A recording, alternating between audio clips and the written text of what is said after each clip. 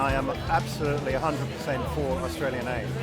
I think we, as a country, have a duty as a global citizen to help other communities around the world who are disadvantaged, to help improve the quality of life, the opportunity they have, and to share in some of the wealth and prosperity that a country like us generates. Hi, I'm Rebecca. I'm from Rockhampton in Queensland. I've travelled all the way down to try and see how we're making policy for our nation, and I'm for Australian aid because I'm for humanity. I believe every person on this planet deserves the same rights as my children. And I think it's really important that we look after people around the world. We are a compassionate nation. We have lots of resources to support people, and it's in our best interest to make sure that we're seen as good neighbours and responsible global citizens.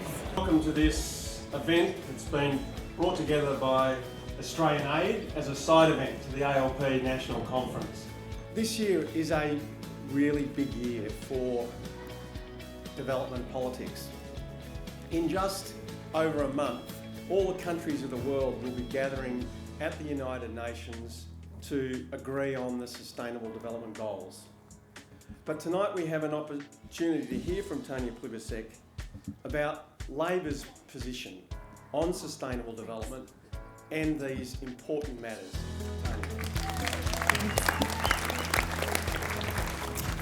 This issue of international development assistance is so completely bound up with the things that we were talking about this afternoon too, because we know that people want to stay at home if they possibly can. And to do that, they need to have the conditions that make life possible. Safety, security, of course, freedom from violence. They need to have food, water, shelter. More than that, they need to have work, hope for the future, an ability to educate their children. And the reason that we have an aid budget is so that we can help citizens of countries around the world do that for themselves.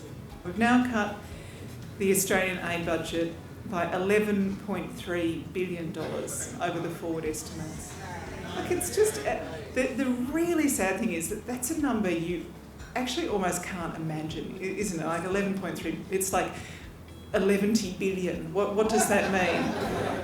But the real effect of that, almost 1.5 million children could be born without a birth attendant, and 2.2 million children may not get to enrol in school, and 3.75 million children may not be vaccinated, and 4.7 million people may not get access to safe water, and nearly 22 million people could miss out on emergency assistance. It is an incomprehensible scale of cut, and I've just come back from Ethiopia and South Africa, but what I did in Ethiopia was visit a number of excellent projects that our terrific Australian organisations have been supporting over there, and you see on the ground the difference that's being made to people whose children are malnourished, teaching them how to grow more diverse crops, and maybe buy a chicken and eat some eggs and sell some eggs, and then buy some more chickens, work up to a goat, save up for a cow. The difference that these mostly women were telling me that Australian aid had made in their lives, well, it saved their lives, saved the lives of their children. And it's pretty shaming, really, to face people and know that the country that I'm a citizen of is actually closing off that sort of assistance for millions of people around the world. The Millennium Development Goals have been, I think, in many respects terrifically successful. Number of people in extreme poverty declined by more than half. Primary school enrolment in developing regions is at 91% rather than 83% as it was. Measles vaccination helped prevent nearly 15.6 million deaths between 2000 and 2013. But we need to do more with the Sustainable Development Goals. We need to finance those goals. So our aid program shouldn't just be increased in quantum, of course it should be, but it should also be about the quality of aid we give, the way we give it and the objectives. Thanks. Asking Australians how much do you think we give in aid, they'll say typically 15% of the budget. It's just under 1% of the budget. It's amazing how much we've done with aid when so little has been spent. It's completely the reverse argument. So much has been spent and it's got nowhere. If aid is only thought about as charity, it then becomes nice to have but don't need to have. Aid is an investment in our future. Whether it's trade, whether it's relations with our neighbour, whether it's dealing with climate change, it's an investment in our future, not simply a spend and an expense that can be deducted.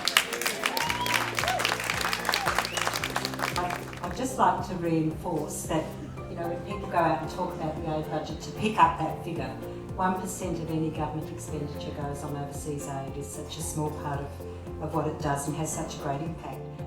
The primary objective of aid has to be the reduction of poverty, the elimination of inequality. However, I see $11.3 billion of cuts to aid over the forward estimates, and just the guillotine plunge of those cuts. And think about the impact that has on Australia's reputation as an international citizen, on our relationship with our international partners, on the partners that we deliver these programs jointly with in many of these countries. The Australian aid program cannot be replaced by business investment. That's not an excuse for reducing the Australian aid budget by governments. And I strongly believe that, and many, many people involved in business believe that too. And if we're going to succeed with the SDGs, if we're seriously going to deal with the complexity of the issues that face us with climate change, inequality, poverty, all these things that have become so much more complex, we need all of the actors involved working collaboratively and understanding their roles. Too often we go forward with this negative narrative that we can't help everybody, and the fact is we can help everybody. We're one of the most prosperous nations in the world and we tend to lose sight of that. And the fact is, helping does begin at home, but helping can also take place overseas. And I believe that we should have the opportunity to reach our potential no matter where we're born. And I think Australia has the capacity to do more than we are doing right now. I think when we invest our money in Australian aid, it solves many other problems. And I'm for Australian aid because I believe all children around the world should have the same opportunities regardless of which border they're born within.